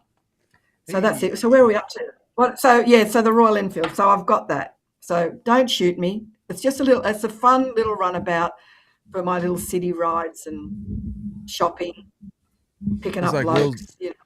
Looks like Will's divided is leaving us for tonight. He's got looks like he's tired. All right, buddy. Have a good night, brother. I know he's. I have that effect on people. No, it's I have that. I wear them out. He's probably working right now, actually. Yeah. Who's Will's divided? He's a rich guy in Florida. Okay, I mean, oh man, yeah, and hey, he's actually going to retire soon. Yeah, he's retiring soon. I think he's only 59 now. I think he's only 59 now, Christine. He's not old enough. Right, yeah, not really old enough. Although, you know, there's enough of those young guys circling all the time. You know, so I say to them, I actually say to those ones, I say, actually, you're too old for me. But that goes in reverse of what I'm really after. Oh, geez. So do you want to talk about what I'm doing, what I'm planning this year for India? Yes, Australia? please. Yes. So, tell us all about it. So as you probably know, the majority of big Indian events are independently produced around the world. You've got the Durango one, which Terry produces. You've got the Indian Riders Fest in Europe, which I went to last year. That's independently produced. And Indian corporate then usually come in and support it in some way. So this is a production that I am independently producing. It's the Australian Indian Riders Summit, and it's in an area we call the Snowy Mountains in Australia, in a place called Jindabyne, which is roughly halfway between Sydney and Melbourne. And this is where the majority of our riders, Indian owners, are. But I have got people coming from the West Perth, which is that's a long way, and I've got people coming from Queensland, all over Australia. So we've already cracked 200 registrations, which is phenomenal for us. And this will be the largest gathering of Indian motorcycle riders Australia has ever seen. I've got special guests. It's over a 2-day weekend. Roll in on the Friday. We've got the Friday night dinner and special guests and keynote speakers. And then we've got Saturday where we've got a 125-year anniversary ride. Now, the riding in this area is the best in Australia. It's spectacular. It's our snowy mountains, but at that time of year, it's summer. So there's beautiful mountain, beautiful roads. It is premium quality stuff. And so if no Australian has ever ridden there, they need to come to it anyway, because it has to be on your bucket list if you're an Australian motorcycle rider to ride. And it's going to be very successful. Indian are very supportive of it, so they'll be there with demo bikes and merch, and I've got a few vendors there that are Indian related, and registration packs. So I'm all up and ready to go. So that's what the Airs event's about. I've invited Mike Kennedy, who's thinking about it, because Mike's son-in-law is an Australian, so he's very familiar with Australia. And Troy, we're talking to Troy Herfoss as well, who is an Australian, and it's not racing season in November, so we're hoping he might be free. He lives in the Gold Coast, but we'd fly him down for just a meet and greet a day and fly him home. The only sticking point at the moment with Troy is he's doing these master classes or schools or something, so he's just looking at that timetable. So I've invited Riding Fish, of course, and you are all invited to come on over. And Damn right, let's do it. yeah, Let's and there's going to be demo bikes there, so you get something to ride. But it is a bit of a way out from Sydney. It's about 6 hours south of Sydney, and So about 7 hours north of Melbourne. How many Indian dealerships is there in Australia? Well, there's probably about 8 to 10, a dozen maybe. Look, I'll be honest with you, I'm not sure. Brisbane has one. All the major cities have one, and there's a few on the outskirts, in city outskirts. So, for instance, Sydney, we've got Zen Motorcycles in Sydney, and then we've got Newcastle Bryson's, which is about 2 hours north of Sydney. Then we've got a Wollongong, which is about south of Sydney. So there's 3 in the sort of a catchment area. And there's Canberra. There's a couple. There's Ballarat, which is Mark's one, which is beautifully decked out. I'd say the Ballarat dealership and Zen in Sydney are the ones that are decked out beautiful. But having said that, I haven't been to them all, so I shouldn't probably single out anyone unless I really know. There's a few down in Victoria. There's the Perth one, which I've never been to. Queensland. So yeah, so let's say a dozen that are sort of fairly Indian. And of course, there's no devoted 100% Indian dealerships anymore that are just Indian. They're all dealerships that have other bikes in them as well. And I think that is the case the same in the States. I think there might be the one or two that's completely 100% Indian, but they're moving that. Well, they started moving that model to a couple of years ago. When we lost our signature dealerships, we had one dedicated, to India, and that sort of finished a few years ago here. Yeah. So there's a few dealerships that are going to be there, but I think the Canberra dealership is the one that's sort of setting up and will have all the merch tents and things like that, because they're the closest to that region. Nice. Yeah. Yeah. So it's going to be a great event, and I'm hoping to make good newsworthy stuff with it. I'll get a drone shot of all the Indian riders in Australia together. It will, as I said, it will be the biggest gathering that Australia has seen of Indian motorcycles and their riders as well. So what is your camera bag setup? What do you use on your bike and stuff? Because your videos are pretty good, so I was just curious. Oh, well, thank you. I learn every day with editing and stuff like that. But I've now got it. I'm down to really 2 cameras. That's it. Mm-hmm. I'm a DJI person. I don't like GoPros. DJI to me is the best camera. Their batteries last all day for me. Mm-hmm. I find them really good. So I have a DJI Action Osmo 5. I believe a 6 has just come out, but the 5 is fantastic. And I've got 2 of those because I have a backup one, because I'm so rough sometimes I lose them. They fall off. I don't put them on the clamp properly. So I've lost about 5. So I have a backup one. So I use the DJI Osmo Action 5, and that's mounted on my windscreen at the top and is on a rotating pivot. So I can turn it around to get the road ahead of me, or I can turn it around to me if I want to speak to the camera. I have got a microphone, but they give me the shits. They got all that frigging around. I just now wait till I stop, and then I lean forward and talk to the camera, because, I say to people, I film with purpose. I don't just put the cameras on and let them run and then have to sit through hours of boring footage. I look at my maps and I see, I'm going to be crossing a bridge or a river or something interesting in a minute. I get the camera ready, I press on, I grab it, I finish, I press off. So when I edit, the stuff that I download is pretty well all usable, apart from a bit of topping and tailing. So I film with purpose. And now the 360, I've got the DJI 360 as well. They've only got the one model out at the moment. And I have that on a stick at the front, and I've got a clamp at the back, which if I can be bothered, I'll pull over, put it on, ride for a bit, pull over, take it off, a bit of mucking around. But with the 360, I sort of treat that as a little bit of B-roll-y sort of stuff, because I work on a Surface Pro, a PC Surface Pro, and I work on CapCut as my editing platform. Okay. I used to be a Mac user, and I had Final Cut Pro. I paid for the version, and I did all my editing on a Mac. But living in corporate world, when I do conferences and in my day job, and I have guest speakers in, if they turn up with a Mac, I go, oh, for Christ's sake, here we go. There's going to be trouble, and there always is.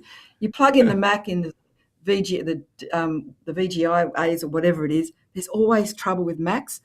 Same with what I'd send an email from my Mac and the attachments wouldn't work. And so I needed to be more robust in the corporate world and for things to work in all theatres that I might be in or conference halls. The PC works fine with me. However, so I'm fully 100% PC now. Mm-hmm. However, this PC Surface Pro 10, version 10, will not download the editing software for the DJI 360 camera. Oh, wow. So when I'm filming all the 360 stuff, I connect the phone, I connect the right perimeters I want, whether it's a reel or the 16:9 ones, and I edit the 360 vision with my finger, like get it to, point in the directions that I wanted to keep, and I pinpoint it as I go. I save that on my phone or iPad, and then I just transfer that onto a USB thing and then put that into my file. And then when I edit, I add it all in. So I do all my 360 editing on my iPad or my phone, and then I save it once it's edited, because again, that footage I only film with purpose. I don't have a 360 because 360 footage is high res, big files. Mm-hmm. So I just put it on. I might film for 30 seconds and then I turn it off. And then I look at it and I go, well, that's a nice little bit to add. It shows the background, things like that. So I only use those two cameras. And sometimes I might use the phone camera if I've downloaded everything. And a lot of the cases I don't think forward enough. At the end of the day, I've uploaded and I've edited the footage, and I've done no goodbyes or no, hey, press the like, leave a comment, all that shit you're supposed to do, which I forget. So sometimes I just get my camera, I hold it that way, and I just do, thanks for joining me today, and then I just add that rather than get the cameras out and things like that. So that's simple, because the other thing too, the more cameras you've got, the more footage you've got to go through. It's very time consuming, but because I don't spend days editing the last lot of, I do my editing on the day of the adventure. Yes. And I used to do 6 hours a night. I'm down to 3 or 4 now. So all that Route 66, I did an episode every night. Mm-hmm. So that was 3 or 4 hours every night that I was editing, and then you download it. And sometimes very slow, sometimes quick, most of the time slow. Then you upload it to YouTube, sometimes quick, most of the time slow. So, I'd get up at 1 a.m. and I'd look, I go, oh, Christ, it's still uploading. So my sleep was quite broken. I'm not a good sleeper anyway, but just back on Route 66 while I think about it. Mm-hmm. That first week, I was so jet lagged. I don't know, whoever was riding behind me must have been thinking, what the bloody hell is this woman doing? I was genuinely falling asleep on the bike. I was dozing off, and those micro sleeps. It was very dangerous and very stupid of me. And I was riding with Riding Fish, so we were going fast. This is from Minneapolis to Chicago. It was far, and people behind me, and I was bloody so erratic, poor buggers. Anyway, but I did suffer jet lag quite badly this time for some reason, and then I discovered no-dos. Oh, geez. Oh, man. Oh, my goodness. I started popping those like bloody cocaine pills. Oh, fabulous. I discovered no-dos and beef jerky. I'd never had beef jerky before. So I'd drop a couple of no-dos. They said take 1. I took 2. I was highly wired. And then I'd be chewing on this beef jerky, bit of protein and salt. My God, I was on fire after that. Nothing could stop me. So we're getting to the close part where we're at the ask questions for Christine here. So go to the Throttle and Iron website. Right there it says throttleandiron.com/live, and there's a tab there that says ask the question, and we got 2 in already, and we'll start them here pretty soon. Just want to give some people some time to do it. Looks like a GIF event here. We got some Wheels of Time Divided did some GIFs.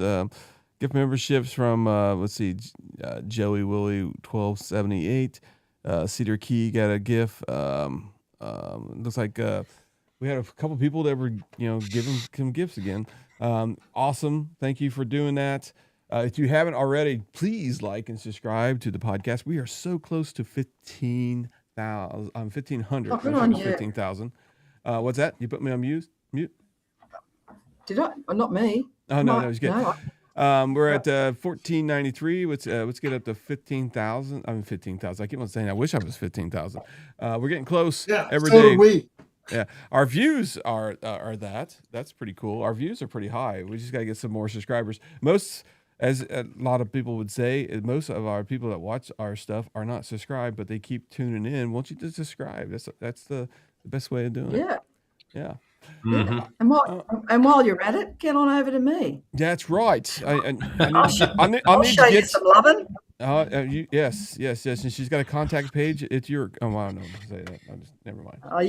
Look, I'm on every bloody platform. Like I said, I'm a social media whore. You'll find me. Every road will lead somewhere where I will be. So I got a question for you. So when you did every day at Route 66 and every day that you were in the United States, did you see an uptick in your YouTube stats and all that kind of stuff? This is interesting. Yeah, look, I got a few more subscribers, but you know what I did, and I'll never do it again. I fell into the trap of doing AI thumbnails. Okay. And I reckon, AI images, and I mean, I'm a sort of an artist, so I live in the arty-farty world a bit of authors and painters and the whole thing. There's a big pushback from that industry, the creative industries, about AI. People see AI and they completely disregard it. So, for instance, if they see an AI book cover, they won't even look inside because they call it slop, AI slop. If they see AI posters of something, they're so busy because look, I was dazzled by the whole AI thing to begin with. And I think, oh my God, they're so good. But I feel that there's pushback now in people seeing AI graphic thumbnails, book covers, all that sort of stuff, to the point where people think, I'm not going to even look at that because it's all going to be done by a robot and it's not real. Yeah. So I have left. And for the first time I used AI on my last adventure, and I actually thought the thumbnails looked really good, but I didn't get the views that I got for the time before or the time before that. So, look, I'm blaming AI, mate. It may not be that, guys. It may be that what I did was a bit shit this time. I don't know. Yeah. Like, I get the odd troll, but I got reasonably good feedback, but who knows? I think a couple things happened to it, and I think you sent me a link about the AI and that kind of stuff, and I watched that guy's video, and I think he had it right in the first place. It's like if the screenshot is unbelievable, it's like clickbait. You might click on it, right, and then you see a terrible video, and you're like, "What? That was crap," and that's what kind of hurt everything at the time. And I think it's exactly right. So you got to have a good performance on the other side of that thing, because I look at him and say, "Wow, that looks pretty cool," and I click on it, and it's just nothing like the freaking, the thumbnail.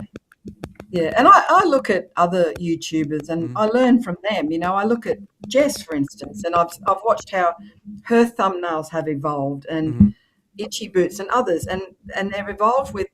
I could tell you, there's a formula now I see everywhere, and it's a picture of their face, maybe smiling, maybe looking confused, maybe looking angry. It's like a genuine picture of them with not much of a background, but a nice big chunky heading that says what went wrong. It doesn't even say sometimes. It seems to be a question that will make people go, oh, shit, I want to find out what went wrong. It's like where here's me trying to have, I rode from X to Z and I visited these places. I try and put too much in my titles where maybe I'm better off just saying, I hit the sand at 100 miles an hour. Or how did I survive the sand dune in Joshua Tree? ? Well, Maybe it's keeping it really simple, Well, the good thing is in YouTube, you can actually do dual thumbnails now, and it'll pick, So if you go in there, you can upload 2 of them, and it'll test both of them, and then you can just cancel the one if the one's outperforming the other. Okay, I've learned something. Thank you. Yeah. I'll look at that. Yeah. Yeah, so you can say, But I hit the sand in my face at 60 miles per hour, and bam, Yeah, it'd be like, yeah. they're waiting for that. But Yeah. you got to have that Yeah. in the video, or they're going to think it's clickbait, because the YouTube's been cracking down on Oh, that too. yeah, no, Mm, oh, mm. 100%. You've still got to, people will soon suss out if you're a fake or not, you Yeah. know. Mhm. So I'm very conscious of, you know, I'm very authentic. Like I tell it how it is. I don't mince, you know, I just say my bit. Yeah. If you don't like it, Mhm. if you don't like it, don't watch. I mean, I do get the odd troll. I don't get many because I call them out. So they're a bit afraid of me now. I do get the think odd there's a one. lot of people afraid of you.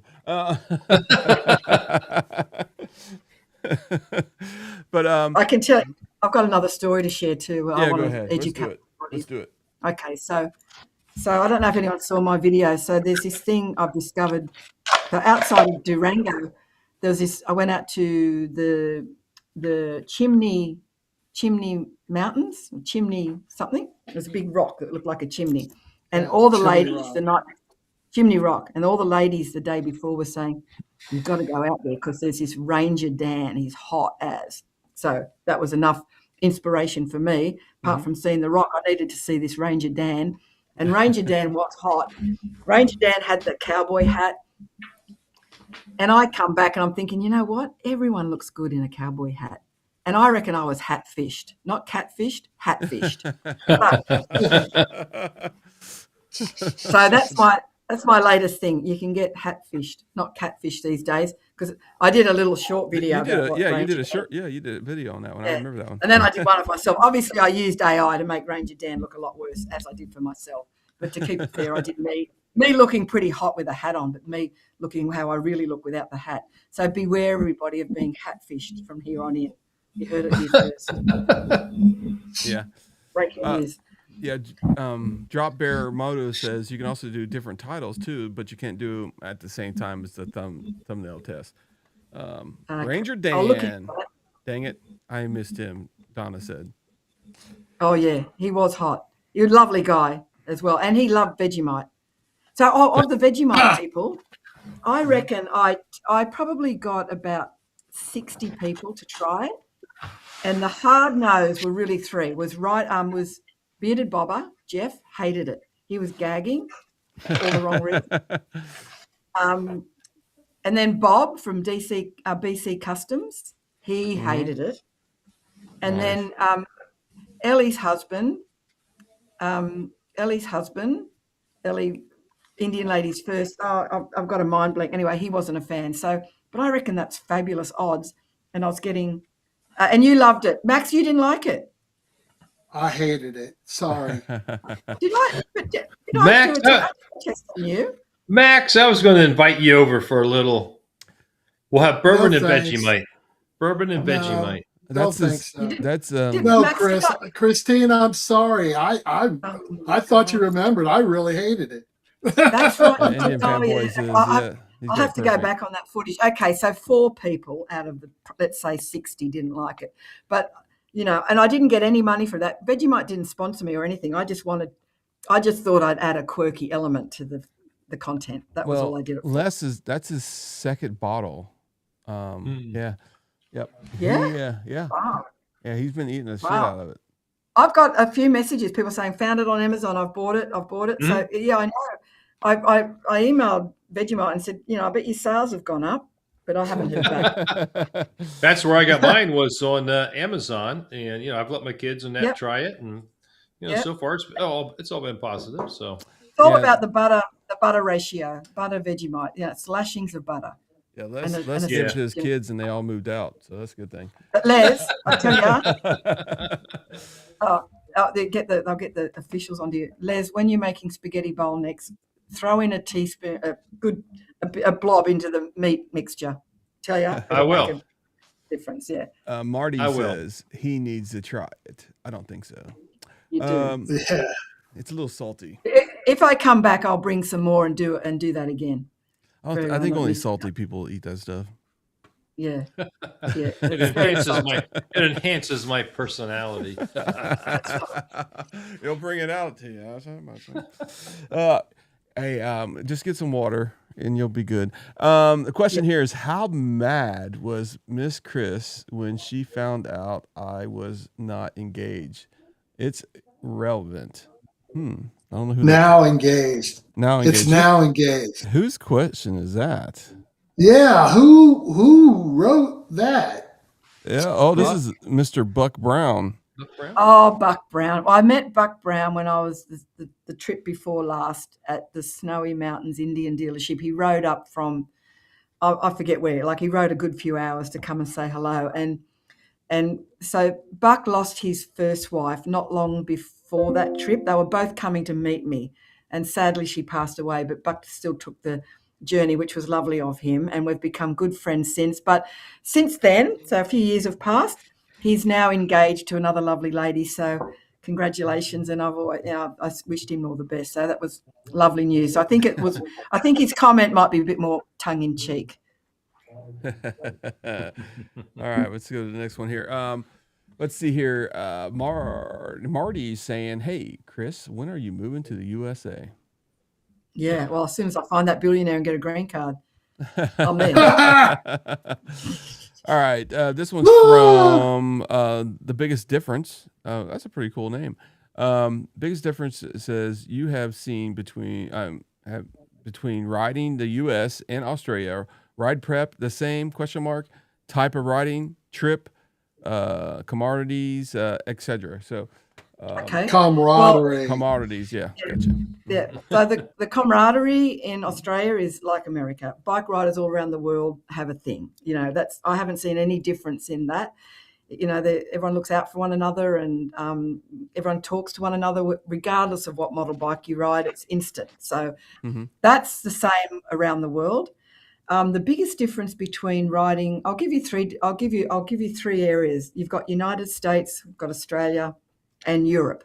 When I say Europe, I'm including Ireland, Scotland, Wales, UK. That's sort of Europe. America is built for whoever built the roads in America must have been motorcycle riders, because the roads are in top condition. The camber is beautiful. They're laid out lovely. They're well maintained. And the difference is you're on the right side of the road, which I actually find quite natural for me, even though over here we're on the other side. It was no problem for me to adapt. So the roads in America, to me, are the number one best riding roads I think you'll find in the world. Okay. Australia is fantastic. We're like you, big, wide open spaces, so lots of travel, but we've got nothing in the middle.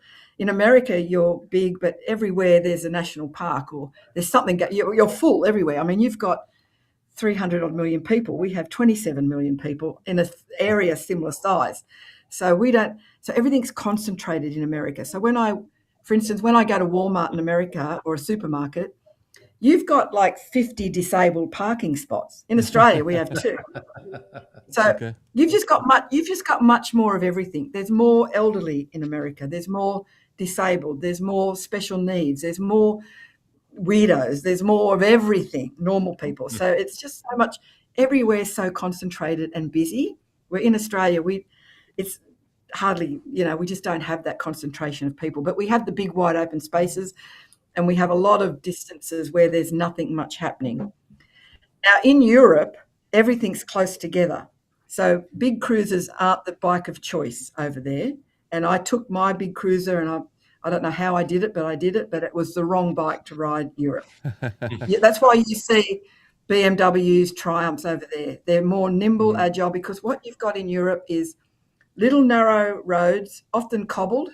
In the UK, for instance, you've got two-way roads with big hedges that run along, and really only one vehicle can fit in at a time. So when you're on a big cruiser, and it happened to me more times than I can count, I'd be riding along, I'm trying to see that nothing's coming around a hedge, and there might be a lorry driver or a truck driver. I mean, all size vehicles use these roads, and we're at a standpoint. I'm there, he's looking at me, and I'm saying, mate, it's not like I can take this bike in the edge, because I can't lose it down where the road dips away. You've got to reverse back to where there's a little bit of a pull-in area for me to get round. And that happens. And the other big difference is when I'm planning rides in Australia, I roughly think 100 kilometres equals an hour travel for me. So in America, 100 miles is 100 miles is sort of similar, a little bit longer. But in Europe, 100 kilometres or 100 miles is almost twice as long. It takes you twice as long over there than it does in our big countries, because we can get places quickly within reason on either good roads or space and distance, where Europe and the UK, and there's lots of little villages everywhere. They don't have the big, everything's very together. I mean, you can ride through 5 countries in a day over there. So that's probably the biggest difference I found, time in travel and the best roads. I mean, the thing with you riding motorbikes in Europe is what you get is the scenery, because there's a lot of mountain passes. It's extraordinary. So where America wins on the roads and the quality of the roads and the national parks and the beautiful, you could say Europe might win on some of the spectacular scenery. But you've got to go up mountain switchback passes to see, which is again why BMWs and Triumphs and those more sort of sport style bikes are more suitable. Gotcha. I mean, I did some very steep riding, technical riding in Europe. Switchback after switchback, going up high mountains. It was hard work on that big Chief. Yeah. Hard work. Okay, and I can't see the questions, so you can fire them at me. Yeah. Go ahead, Max. Do that one. Recently, did Christine receive a special gift from Indian Motorcycles? Pray tell. A special gift. I received a special gift from Indian Motorcycles. Did you get one? What, in recently? Australia? Yeah, I guess.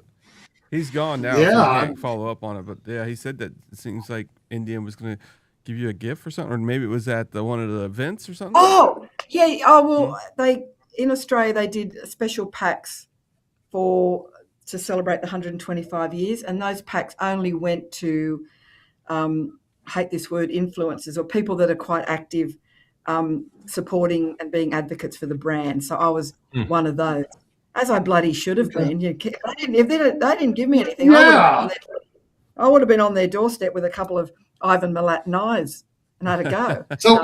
So what did they give you? What did they give you? Okay, so it was a beautiful box, 125 years. It had a notebook in there, 125 years, some key rings, magnets, a cap, 125 years. So it was like an acknowledgement and a thank you gift for doing the work that we do. And so I know there's a few other Indian riders out there that vlog and social posts about their rides, and they got them as well. So that was nice of Indian. Yeah, Indian over here have as you well, like everywhere, they've separated from Polaris. So they've got like this dedicated team now here, and some of them have come from the Polaris and they're just with Indian. So there's the two I deal with over here, and a big shout out and thank you is to Christy and Callum, who are in the sort of the marketing area of Indian in Australia. And Christy organised these gifts for everybody. So thank you. And Callum looks after the dealers and sort of helps with the events as well. So a great young, enthusiastic team, which is good to see.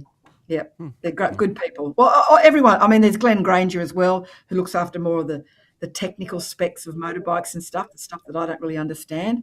But they will all be at my event as well. My wife has been very quiet tonight. You got anything to say, Connie? Hey, Connie. No, the mic has been on all day. I just had it off on that one part. Hello, Miss Connie. How are you? And you? Christy. How are you? Yes. So I rode a Can-Am the other day. You did? I did. Yeah. I went out to this festival and I couldn't ride there, so I found a guy in Broken Hill that owned me here. So I took the Can-Am out to this festival, and it was muddy and that guy looked really happy when you brought that back. Yeah, it was fun. It was tough work. It was fun. The toughest bit was because it was so muddy.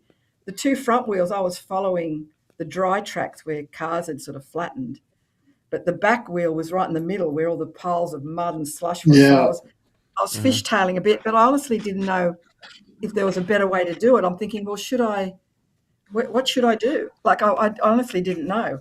Should I have got one wheel on the mud so the back wheel was on the solid? I don't know. So I don't know if you've experienced that. like me coming out of the gas station sideways. I had a good time. Body Snatcher's saying, what is the dates for your events? The 20th to the 22nd of November. Awesome. Yeah, and there's a website that's got question and answers and all sorts of updates on it, and that's just airs, AIRS.blog. That's all it is, airs.blog. That's the website. All right, so let's see here. Who? You know, he said he had a passport. Oh no! Body Yeah, Snatcher Yeah. said, Body "There's a Snatcher's passport." interested. He's rich. He's got lots of money, Lord. and he said he's going to go to Australia. He said Now, sorry, who is this again? And is he single? Sorry, who is he's this? single. He goes to the gym every weekend. He's ready to go. Oh, I don't want any. Here's the problem, boys. Here's another problem. I don't want anyone I don't want muscle man too fit, because I don't want them looking at my flabby bits and thinking, oh, that lazy bitch, she needs to go to the gym. I don't want anyone too super fit. No, you know Body Snatcher. He's helped you a little bit on Route 66. He's very close. Okay. When I see his face, I'd know him for sure. Okay. Yeah, come on Yeah, over, Body you would. Snatcher. Yeah. Come on over. I've got about 40 spots left for the registration. So I'm hoping I'll get a sellout. That'll be good. 250. I have never turned her mic off other than that one time when the echo was. So she thought through the whole freaking podcast that her mic was muted. I did. Because I was hacking over here anyway, so. Well, Chris, as always, it's been a great freaking podcast. It's been in many ways Enlightening. Yes. Fascinating. Yeah. I'll never go golfing again. Yep. That's true. I never golfed in the first place, and I certainly won't. Yeah. There you go. Or at least I'll at least skip the 16th hole, I think it was. Yeah. Well, there's 18 holes. I think it was the many 10th that or hole? 11th. I don't know. It was an 18-hole golf course. I know that, but it was in a bit of a ravine thing, and there was some bushes around, so we were well camouflaged. But it turns out he did all the girls there. That was his favourite spot, as it turns out. The cherry picker did the whole class. Oh my God. What a legend. Kim Baker, if you're out there. He said, if you could hook Ed up, I would get 100 memberships. Laugh out loud. Oh man. Damn. We're Looks gonna like fly Ed's going Ed to to Australia. yeah. We can get those tickets. We're gonna Put Ed on blast. Damn.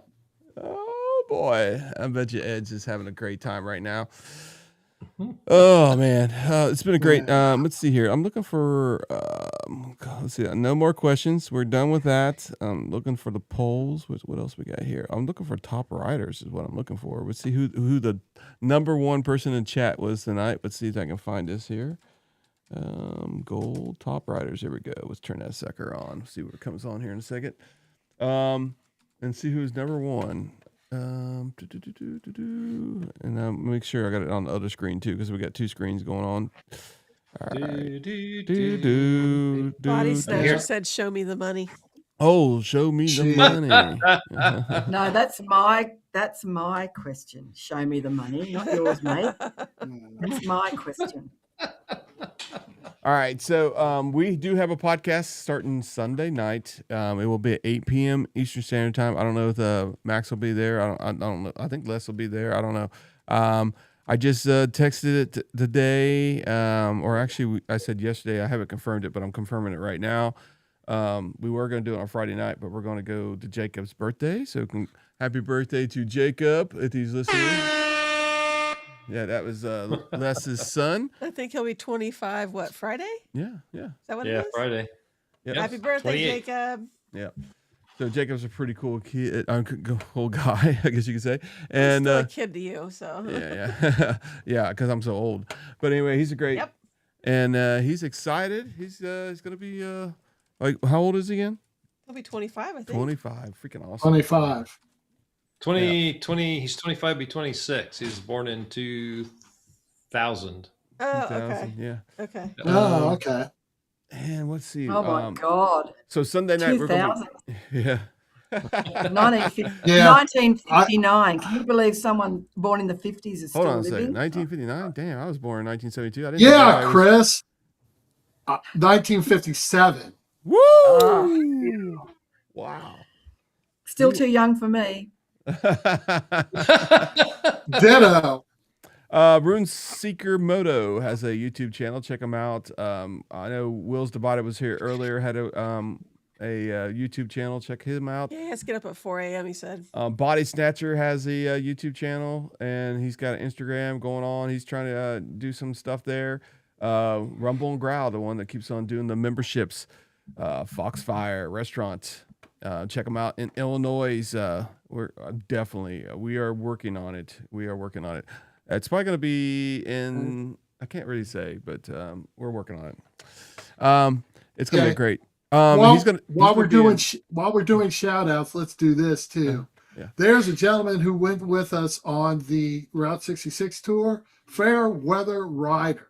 If you haven't tuned in to his stuff, you really should. He covers the whole part of Route 66 that he attended because he took off from Georgia, couldn't catch up with us in Chicago, and caught up with us like 4 days later. Chris, do you remember that? The guy that caught up with us on the Route 66 ride? We were probably already gone, Max, because Yeah, we were only, 2 yeah, days? you guys were gone. I'm talking about Chris, the creative cruiser, because I know you right. saw him. Yeah, I know you saw him. But Fair Weather Rider, he's doing a whole series of videos on Route 66. Oh, So if anybody's got a thing, check him out. He's doing a great job. Cool. Body Snatcher said he was born in 1966. So He's a youngster. He's what? He's yes. Yeah, he'll Yeah, be 60. I've dated guys born in the 60s. They want their mother too much. they love their mother too much. What the hell? Oh my God. Okay. All right. So that's right. crazy. All right. So we're going to be talking about the Jack Daniels ride. It is sold out. There is, if you want to try to go, in case people do cancel, there is a list. So you want to get tickets if you want to go. Unless you're some kind of special person, you can get a ticket from somehow. But right now it is sold out. It's going to be a hoot. I know they do a heck of a ride down there. Ed and Jeff do. Mm-hmm. Great freaking place to be riding in the first place. And this is in Chattanooga, Tennessee. And this is what is it? October 1st to the 3rd, I think. Yeah, 1st to the 3rd. I gotta say, it's a very well organized event. You know, the events each night, and then of course they have the gatherings in the morning when you go to ride. They have your little, I don't know, continental breakfast, right? Finger food kind of stuff. And then Jack Daniels puts on a really nice spread at the distillery. Oh my gosh, so that's awesome. Yeah, really good. So yeah, if you have the chance to go, you should go. And we will be releasing soon our Sturgis. We're going to be riding the Sturgis, and it looks like I will be going to Daytona. And we'll be doing a podcast at the dealership at Daytona. Hopefully, I think that's where we're going to be doing. That will be in March, and then we got plans for Sturgis, and we also got plans for what is that? The one where Durango. Hopefully. Durango. Yep. And that's the 3 trips that we are planning next year. I mean, there always will be a weekend here, a weekend there, that kind of stuff. But that's the major ones without doing our own vacation. I know Les is going on vacation. I'm going on vacation somewhere. And what we're planning on doing, if you want to ride with us, we'll have pages on our website where you can actually sign up and say you're going to go to Sturgis or you're going to Daytona. We will be, I think it's the Saturday, Sunday, we'll be going to, there's a couple rides. There's the ladies' ride will be on Sunday. They got the Indian ride on Saturday. And then either Monday or Tuesday, we will be going to Key West, all the way at the very tip of the point, and maybe spending a night there. And then we'll be riding our way back. and then we'll go to King of the Baggers at the end of the week, which is going to be really cool. And what's that, Max? I'm glad you think that I don't do anything or why I don't go with you guys. I have my own trips vacation planned next year. I'm going to a cruise in Alaska. That's one. And then I'm going back to Scotland. So that doesn't leave any money to go with you guys. Well, we know that. Well, I mean, it's a kind of a thing. The reason why I'm saying it is because we were discussing it with Connie, because Connie, it's one of her bucket lists to go to the Keys. So I said, well, let's just put it all together because we can't go to Florida twice. So it's kind of a vacation for us. That's the reason why we're doing it.